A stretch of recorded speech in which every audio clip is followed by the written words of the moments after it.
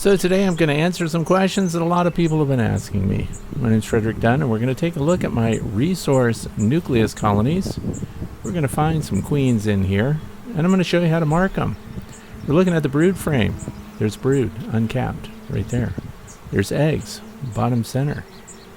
So we know that there's a laying queen in here. Each of these colonies we're going to look at are less than 30 days old. How did I make them? This is a foundationless comb we're looking at here. And it shows us that we have an active laying queen. And what I do is I have banked 4 colonies here that I just pulled brood frames from other hives that were well populated. They had open brood and eggs.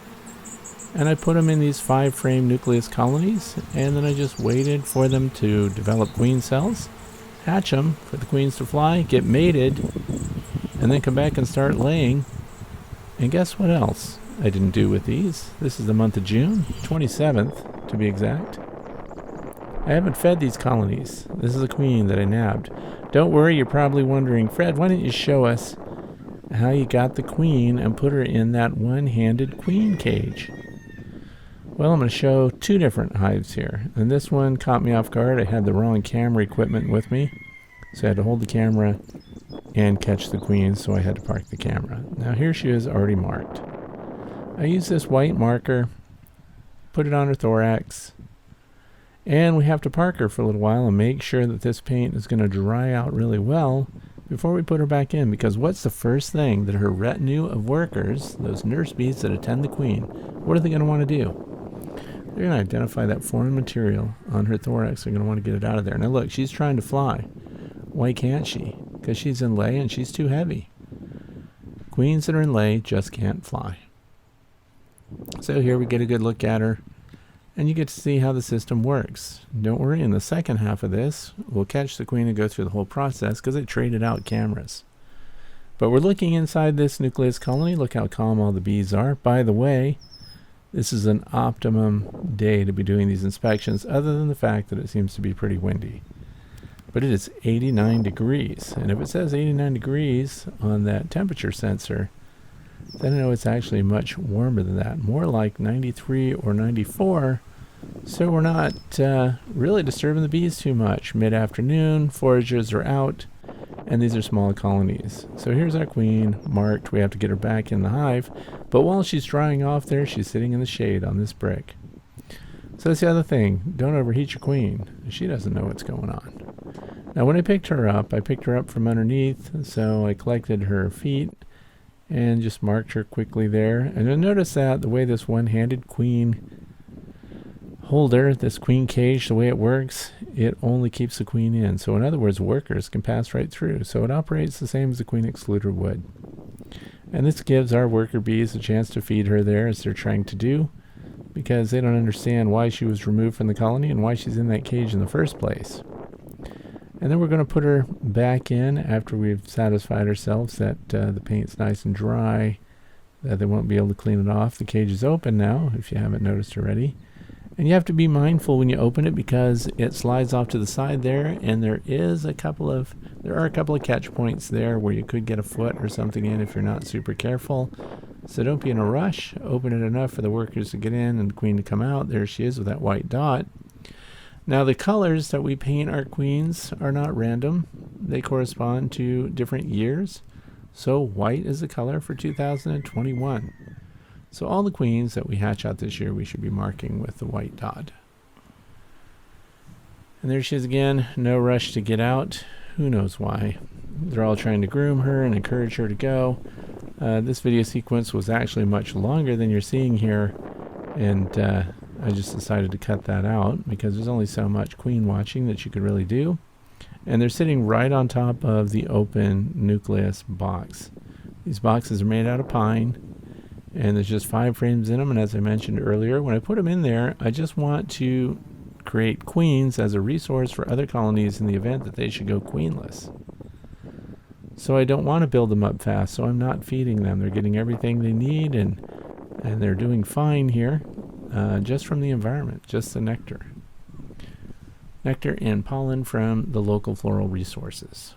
So I think they're doing okay. She's nice and fat. What was the original stock that we pulled this from? These were bee weaver colonies. Who knows what they are now, because of course it created a new queen. She flew out, mated with drones of unknown origin, and she just came back. She's nice and dark.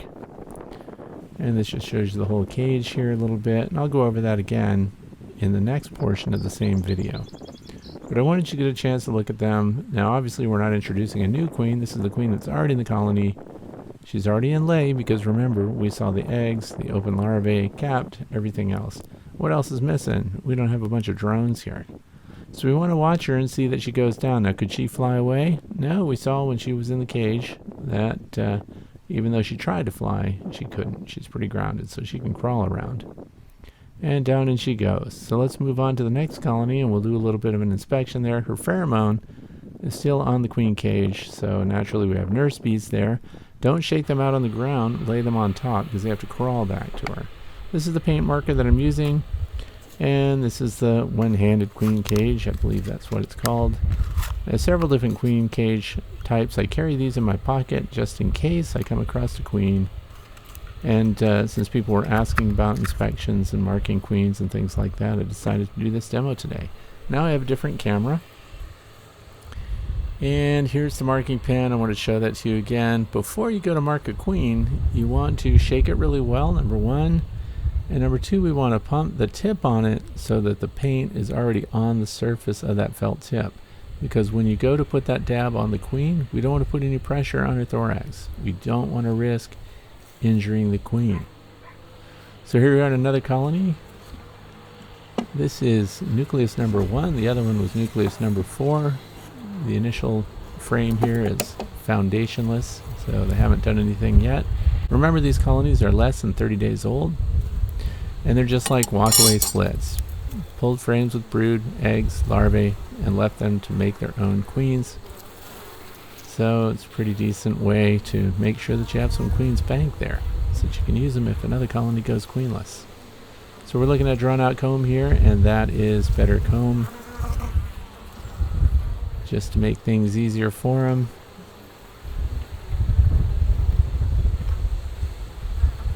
Go on to the next one here. Not wearing gloves for this. If you're going to grab queens, it's best to do it with your bare hands, and make sure your hands are clean. And another thing you can do is rub your fingers on wax to make them just a little bit tacky to help you grab onto the queen. Nice calm colony of bees. Looking it over really quickly here just to see if I can spot the queen. When you're trying to spot the queen, look for the most populated frames generally. So there's capped brood on this frame, open brood. So somebody's laying in here, so that's a good sign. So the queen must have flown away, mated, come back, and she's doing what she needs to do. So remember, this is the second nucleus. This is not the one we started the video with. And the capped brood is over to the left there, and there's lots of room for expansion. Going to carefully look at both sides here. Clouds are coming and going. No rain in the forecast today. And the other thing we don't see here, we don't see a bunch of drones, for example. Why? Well, because this is not a booming colony yet. They're still in a state of increase. So the other thing is I rotated that frame because the brood concentrates towards the entrance. Now that we have lots of hot days ahead, I flipped them over so that they'll be encouraged to go and lay towards the entrance. A lot of capped brood on the right there. There's some burr comb on the bottom. And look at these long empty cells. What do those line up with when you're looking at that? They line up with the wires that reinforce the frame. So looks like on this side the bees avoided using the cells that had the wires running through them that reinforce the better comb there. There's some burr comb again on the bottom. I don't see any evidence of the queen cup. No queen cells here. It's looking pretty good. Over on this side, look at the bottom. Nice clear shot there. Everybody's calm. Capped brood. And we've got a decent population, considering that while I'm doing this even, there's a whole cloud of bees off to the camera left here, waiting to get back in this hive. That's because I parked my cart right in front of it there. It's got all my stuff on it. So now we get to this acorn frame on the end. Look at the population on it. Things look good there. So look for the frames that have the most bees on them, and your chances are pretty good that you just might find a queen there. Looks like we've got some queen cups on the bottom there to the left. Got a little bit of a what looks like a tiny supersedure cell right on the frame, not fully developed. Nothing in it. So that's okay. Sometimes they make queen cups or supersedure cups that are empty just in case things aren't going their way and they need to make an emergency queen again. And remember that these are kind of emergency queens to begin with because I just pulled frames. Now I'm going to flip this over and see the back side, but this has lots of brood on it.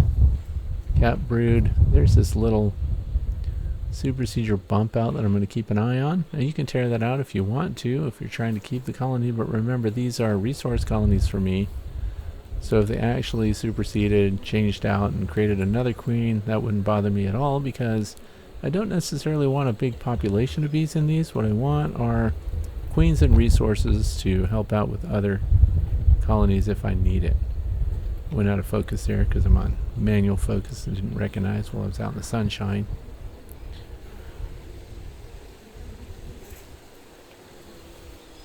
But so the bees are calm. Easy going. You move slow and steady.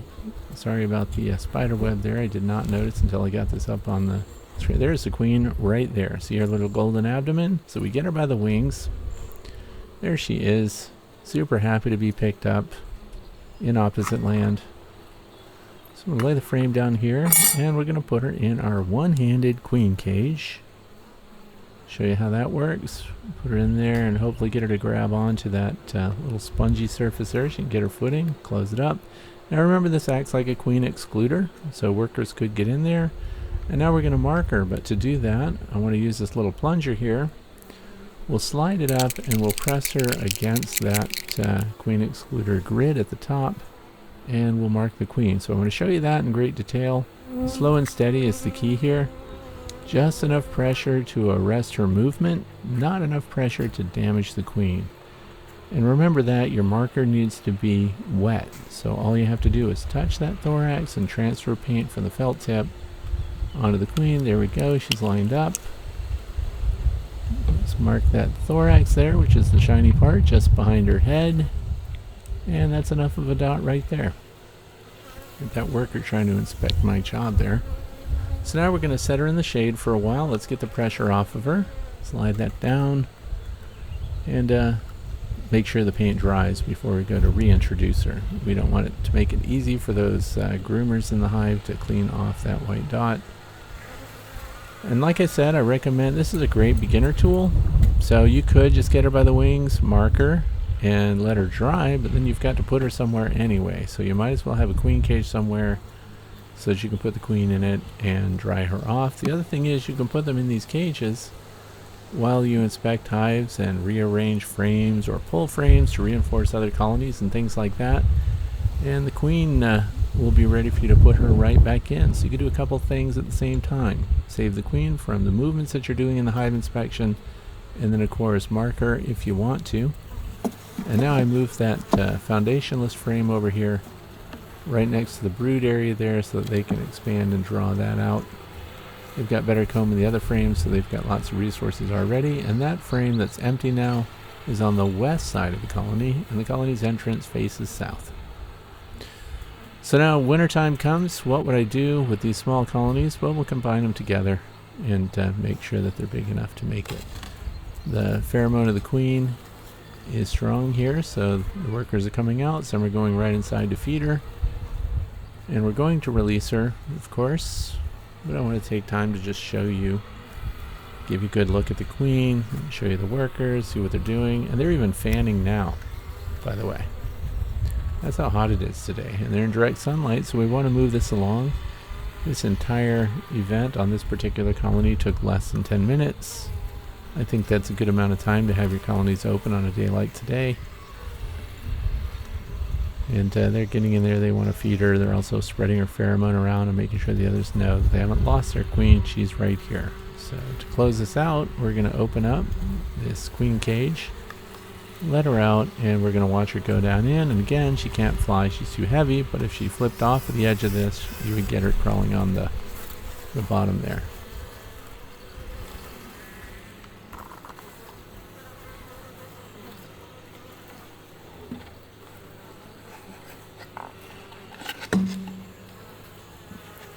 So put the lid on, we're done. Thanks for watching.